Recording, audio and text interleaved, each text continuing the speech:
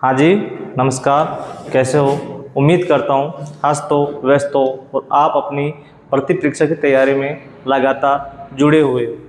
हाँ, अगर हम किसी भी भर्ती परीक्षा की तैयारी लगातार कर रहे हैं, पूरे मेहनत से कर रहे हैं, पूरे जी जान से कर रहे हैं, तो भर्ती कोई सी भी हो, निश्चित एक दिन सफलता आपके हाथों में होगी, आपके दरवाजे पे होगी। तो हम पिछली कक्षाओं में हिंदी की बेहतरीन कक्षाएं पढ़ रहे हैं, देख रहे हैं। अब तक हमने वर्णमाला के 4 पार्ट पढ़ लिए। वर्णमाला, यदि आप हिंदी का कोई सा भी एग्जाम देते हैं, वो हो सकता है व्याख्याता, प्रथम श्रेणी जो प्रथम पेपर आता है, वीडियो का हो, बीएसटीसी का हो, रीट का हो, किसी भी प्रकार का कोई सिलेबस हो और उसमें हिंदी आती है, तो ये अपने लिए रामबाण साबित होगी, एग्जाम कोई सा भी हो।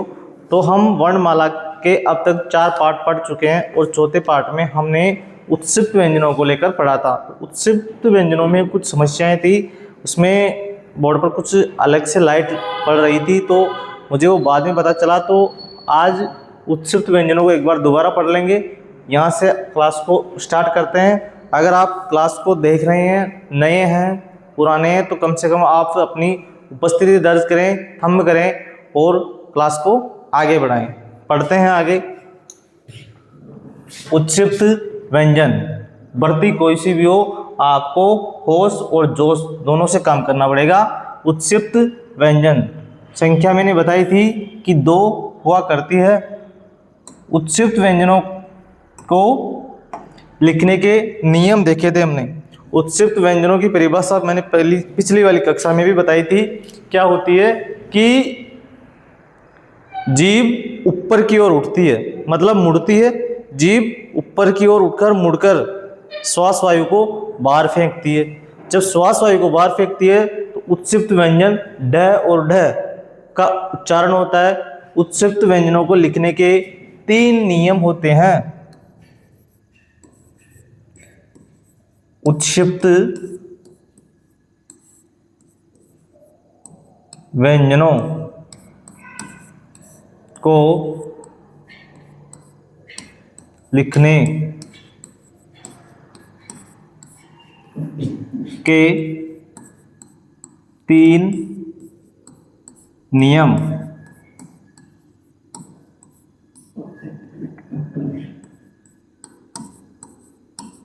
होते हैं। नियम नंबर 1। नियम नंबर 1 क्या कहता है?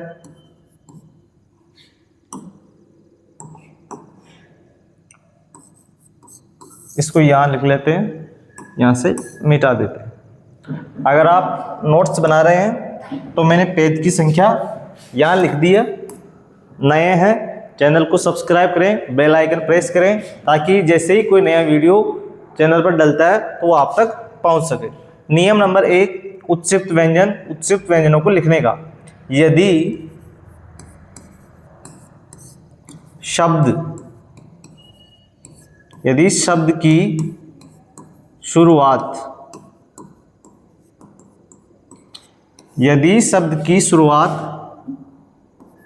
इन व्यंजनों से मतलब उत्क्षिप्त व्यंजनों से हो तो इनके नीचे बिंदु नहीं आता है। जो मैंने लिखा वो आपको समझ में आ रहा होगा कि यदि शब्द की शुरुआत इन व्यंजनों मतलब उत्क्षिप्त व्यंजनों से हो तो इनके नीचे बिंदु नहीं आता है। उदाहरण लिखता हूं, फिर और अच्छे से समझ में आएगा। जैसे डमरू, ढोलक, खंड, मंडप आदि। और भी उदाहरण लिखे जा सकते हैं। परिभाषा क्या कहती है कि यदि शब्द की शुरुआत इन व्यंजनों से मतलब उत्सित व्यंजनों से हो रही है, डमरू, ड से ढोलक, फिर सॉरी खंड लिख लिया हमने, खंड नहीं होगा इसका उदाहरण, इसकी जगह अपन लिख लेते हैं शब्द की शुरुआत हो और मंडप भी लिख लिया हमने, तो मंडप भी नहीं लिखने, ये दूसरे नियम के उदाहरण लिख लिए हमने। ढोलक हो सकता है, डमरू हो सकता है, डाली हो सकती है, ढक्कन हो सकता है,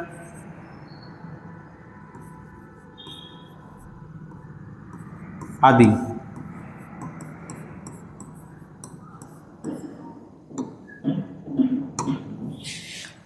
नियम नंबर नियम नंबर 2 और नियम नंबर 2 क्या बोलता है कि यदि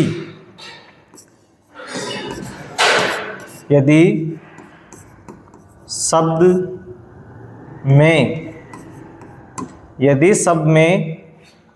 इनसे पहले, इनसे मतलब उत्सित व्यंजनों से पहले आधा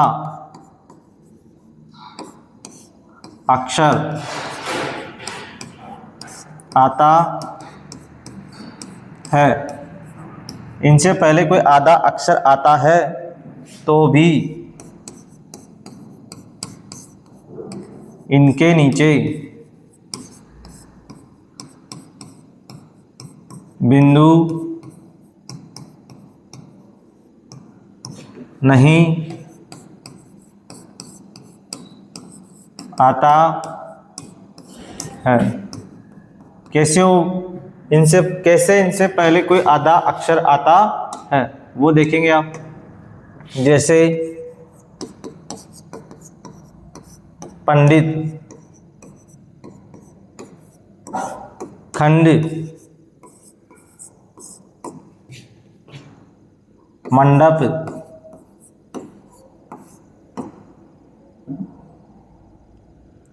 और हो सकता है जैसे आदि लिखे जा सकते हैं और भी।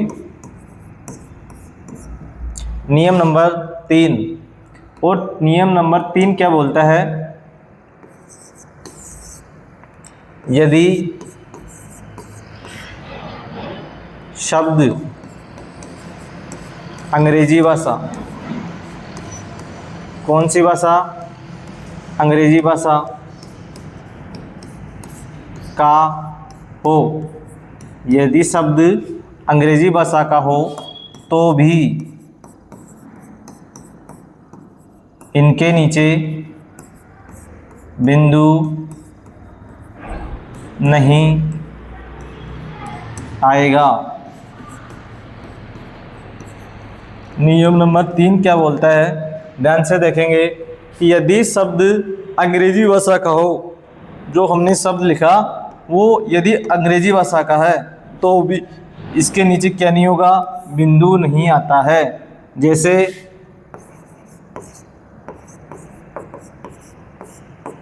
रडार, रेडियो,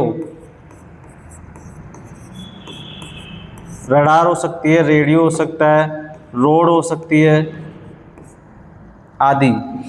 इस प्रकार यदि शब्द अंग्रेजी भाषा का हो तो भी इनके नीचे बिंदु नहीं आता है। अंत में हम नोट लगा करके लिख लेते हैं कि शेष सभी परिस्थितियों में, शेष सभी परिस्थितियों में, शेष सभी परिस्थितियों में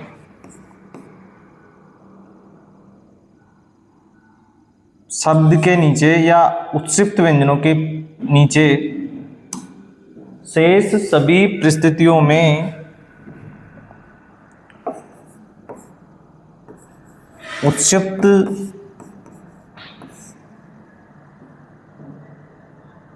शेष सभी परिस्थितियों में इनके नीचे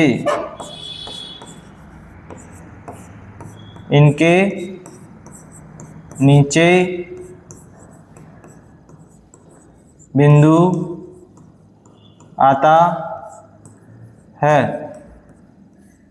आप क्या करेंगे, पहले एक बार स्क्रीन शॉट लेंगे ताकि आप साथ के साथ नोट्स बना सकें। यदि आपने स्क्रीनशॉट ले लिया है तो हम आज पढ़ रहे हैं उत्क्षिप्त व्यंजन। उत्क्षिप्त व्यंजनों की संख्या पूछ ली जाए तो 2 होती है। कौन कौन से? ड और ढ।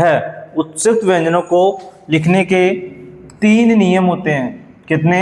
3 नियम। यदि तीनों के तीनों नियम हमें याद है तो हम आसानी से कोई सा भी उत्क्षिप्त व्यंजन से बनने वाला शब्द हो तो वो 100% सही होगा। नियम नंबर 1 क्या बोलता है? यदि शब्द की शुरुआत इन व्यंजनों से हो। किन से हो? उत्क्षिप्त व्यंजनों से। तो इनके नीचे बिंदु नहीं आता है, जैसे डमरू, ढोलक, डाली, ढक्कन आदि। यदि शब्द में इनसे पहले, यहाँ पर पहले लिखेंगे, क्या लिखेंगे? पहले, यहाँ पहले लिखा जाएगा। यदि शब्द में इनसे पहले, ये उत्क्षिप्त, ये उत्क्षिप्त, ये उत्क्षिप्त, यदि शब्द में इनसे पहले आधा अक्षर आता है तो भी इनके नीचे बिंदु नहीं आता है। पंडित, खंड, मंडप आदि। यदि शब्द अंग्रेजी भाषा का हो तो भी इनके नीचे बिंदु नहीं आता है। शब्द अंग्रेजी भाषा का कैसे हो सकता है? जैसे रडार, रेडियो, रोड आदि। शेष सभी परिस्थिति इन 3 नियमों के अलावा कोई सी भी परिस्थिति हो तो इनके नीचे बिंदु आता है। ये समझ में आया? तो हम आगे बढ़ते हैं। अब इनके अलावा हम पढ़ते हैं संघर्षी व्यंजन। कौन से व्यंजन? संघर्षी व्यंजन।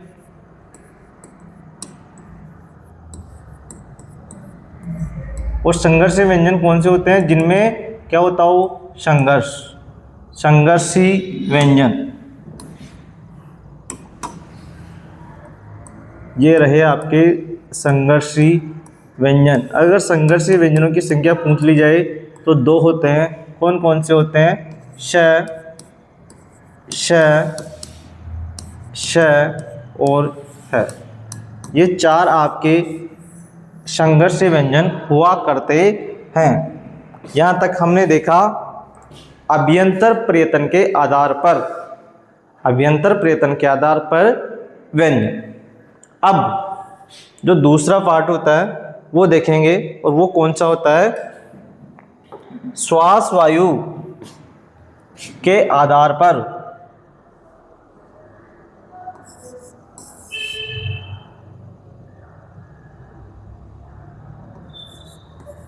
श्वास वायु के आधार पर। दूसरा होता है श्वास वायु के आधार पर व्यंजनों का वर्गीकरण। अब श्वास वायु के आधार पर भी व्यंजनों को 2 भागों में पढ़ा जाता है। पहला और दूसरा। पहला पढ़ते हम, इसमें पढ़ा जाता है अल्प प्राण। अल्प मतलब कम, प्राण मतलब प्रयत्न, जिनमें हमें कम प्राण लगाने पड़े, अल्प प्राण लगाना पड़े, वो होते हैं अल्प प्राण। और दूसरा होता है महाप्राण। क्या होता है? महाप्राण। फिर दूसरे को भी 2 भागों में। कौन सा? घोष। सबसे पहले पढ़ते हैं अघोष। क्या पढ़ते हैं? अघोष। और पढ़ा जाता है घोष या सघोष। इसे और दूसरा नाम दिया जा सकता है सघोष। इन चारों को हम एक एक करके पढ़ते हैं। और ये किसके आधार पर? श्वास वायु के आधार पर। अब हम इन चारों में से सबसे पहले पढ़ेंगे अल्प प्राण। अल्प प्राण जैसे शब्द है वैसे ही हमें पता चल रहा है कि अल्प प्राण क्या होते हैं, जिनमें हमें अल्प कम प्राण लगाने पड़े और उनका उच्चारण होता हो, उन्हें बोलते हैं अल्प प्राण। क्वेश्चन में इनकी संख्या पूछी जा सकती है और क्वेश्चन में इनमें कौन कौन से व्यंजन आते हैं वो भी पूछे जा सकते हैं। अल्प प्राण में कौन कौन से आते हैं वो देखेंगे सबसे पहले। इसका भी आप चाहें तो स्क्रीनशॉट ले सकते हैं। ये पेज नंबर 2 है, अल्प प्राण पेज नंबर 2, और आगे पढ़ेंगे पेज नंबर 3।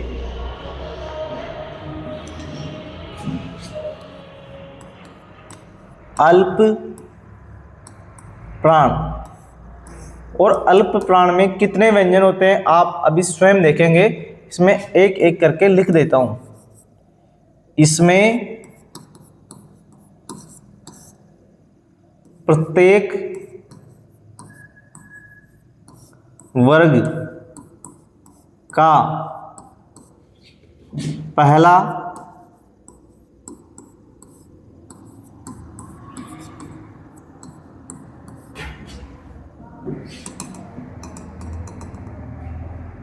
प्रत्येक वर्ग का पहला, तीसरा और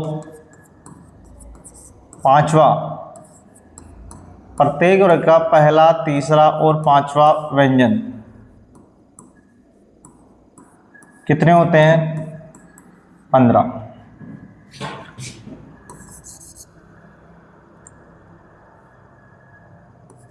इसमें सभी, अब आप मुझे बताएं कि इसमें अंतस्थ व्यंजन आएंगे या उष्म व्यंजन आएंगे। इसमें अल्प प्राण और अल्प प्राण में हमें किसकी आवश्यकता होती है? अंतस्थ या उष्म? अंतस्थ। इसमें सभी अंतस्थ व्यंजन होंगे। अंतस्थ व्यंजन, और सभी अंतस्थ व्यंजनों की संख्या कितनी? 4।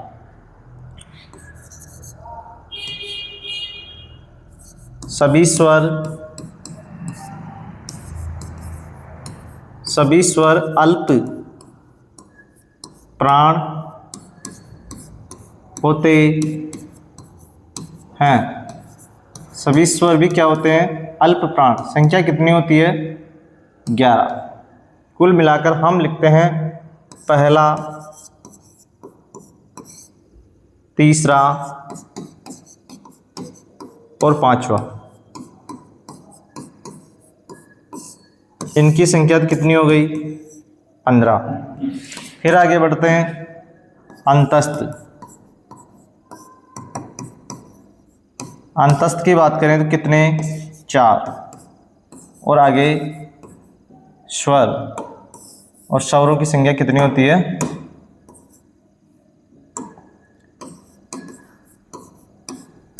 11। कुल मिलाकर 31 हो गए होंगे, सॉरी 30 हुए हैं। कितने हुए हैं? 30। नीचे भी संख्या कितनी? 30। जोड़ सकते हैं आप 19, 20 और 10 33।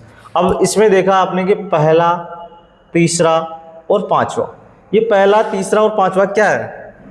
हमने पहले देखा था स्पर्श व्यंजनों में, जैसे क वर्ग, और क वर्ग में क्या क्या होता है? क, ख, ग, घ और अंग, ये होता है। च वर्ग, च, छ, ज, झ, य। ट वर्ग, ट, ठ, ड, ढ और अण। च वर्ग, और च वर्ग में क्या होता है? सॉरी, त वर्ग क्या होगा? त वर्ग, त, थ, द, ध और न। प वर्ग, प, फ, ब, भ और म। अब इसमें लिखा है प्रत्येक वर्ग का, मतलब पहला, दूसरा, तीसरा, चौथा और पांचवा। 5 वर्ग है। प्रत्येक वर्ग का पहला, ये रहा पहला,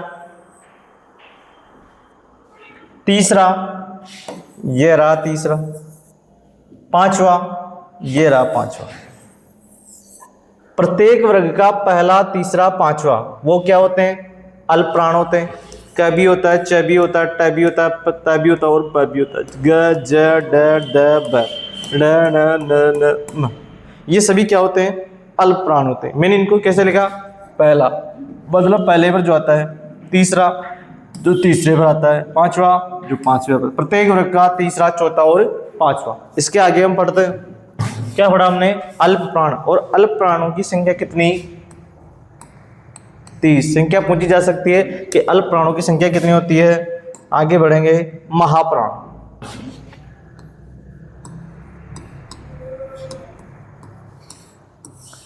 और महाप्राणों की संख्या आप स्वयं देखेंगे। महाप्राण कौन कौन से होते हैं? अभी हमने देखा 1, 3, 5 वहां पढ़ लिए, तो यहां पढ़ेंगे प्रत्येक वर्ग का पहला, 1, 3, 5 वहां पढ़ लिया, तो दूसरा और चौथा। कौन सा? दूसरा व चौथा। कितने हो गए? 10। सभी ऊष्म व्यंजन संख्या कितनी हो गई? 4। नोट लगा करके लिख लेते हैं। दूसरा और चौथा, दूसरा और चौथा का मतलब 10। फिर आगे बढ़ते हैं, ऊष्म व्यंजन। और ऊष्म व्यंजन कितने? 4। कुल मिलाकर कितने हो गए? 14। यहां देख लेते हैं हम अल्प प्राण।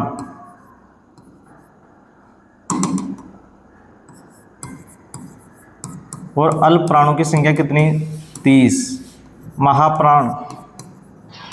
महाप्राणों की संख्या 14, दोनों को मिलाकर 44। क्योंकि हिंदी वर्णमाला में वर्णों की कुल संख्या कितनी होती है? 44। Page number 3। इसका भी आप स्क्रीनशॉट ले सकते हैं, नोट्स बना सकते हैं। और क्लास आपको अच्छी लगी हो तो लाइक करें, शेयर करें। और जो भी आपके फ्रेंड हैं, मिलने वाले हैं, और वो आप चाहते हैं कि ये क्लास वहाँ तक पहुँचे, तो आप शेयर करें। तो अच्छा पढ़ें, अपने घर वालों का ध्यान रखें, अपने घर वालों की मेहनत का ध्यान रखें। और आप पढ़ते हैं तो आप अपना ही नहीं, अपने घर वालों का जीवन भी संवार लेते हैं। क्योंकि एक के पढ़ने से घर का जीवन और जो भी आपकी इच्छाएं वो सब कुछ बदलती है।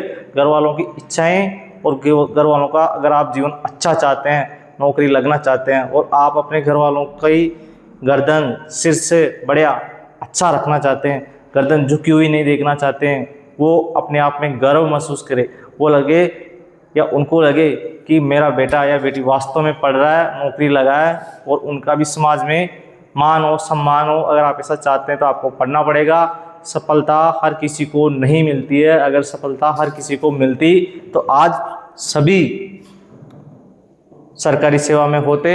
अगर आपको भी लगना है तो कड़ी मेहनत करनी पड़ेगी, क्योंकि सरकारी नौकरी कोई हलवा नहीं है जो गेले रास्ते में चलते हुआ, कोई गेले में चलता हुआ व्यक्ति खा ले। अगर आप भी कड़ी मेहनत करेंगे, आप अपने घर वालों का ध्यान रखेंगे, अपने जीवन का ध्यान रखेंगे, सही अनुशासन में काम करेंगे, तो निश्चित रूप से सफलता मिलेगी। अन्यथा राजस्थान या इंडिया में बेरोजगारों की कोई कमी नहीं है। अगर आप ऐसा नहीं करते हैं तो आपको भी सफलता की कोई ज़रूरत नहीं है। आपको नौकरी नहीं लेनी है। आप अपनी सीट किसी और दूसरे को देते हैं कि मुझे अभी भी सरकारी नौकरी की कोई ज़रूरत नहीं है, मैं अगली बार तैयारी करूँगा। ऐसा आप ना करें। अच्छा पढ़ें, अच्छा ध्यान रखें और अच्छा जीवन बनाएं। तब तक जय हिंद, जय भारत।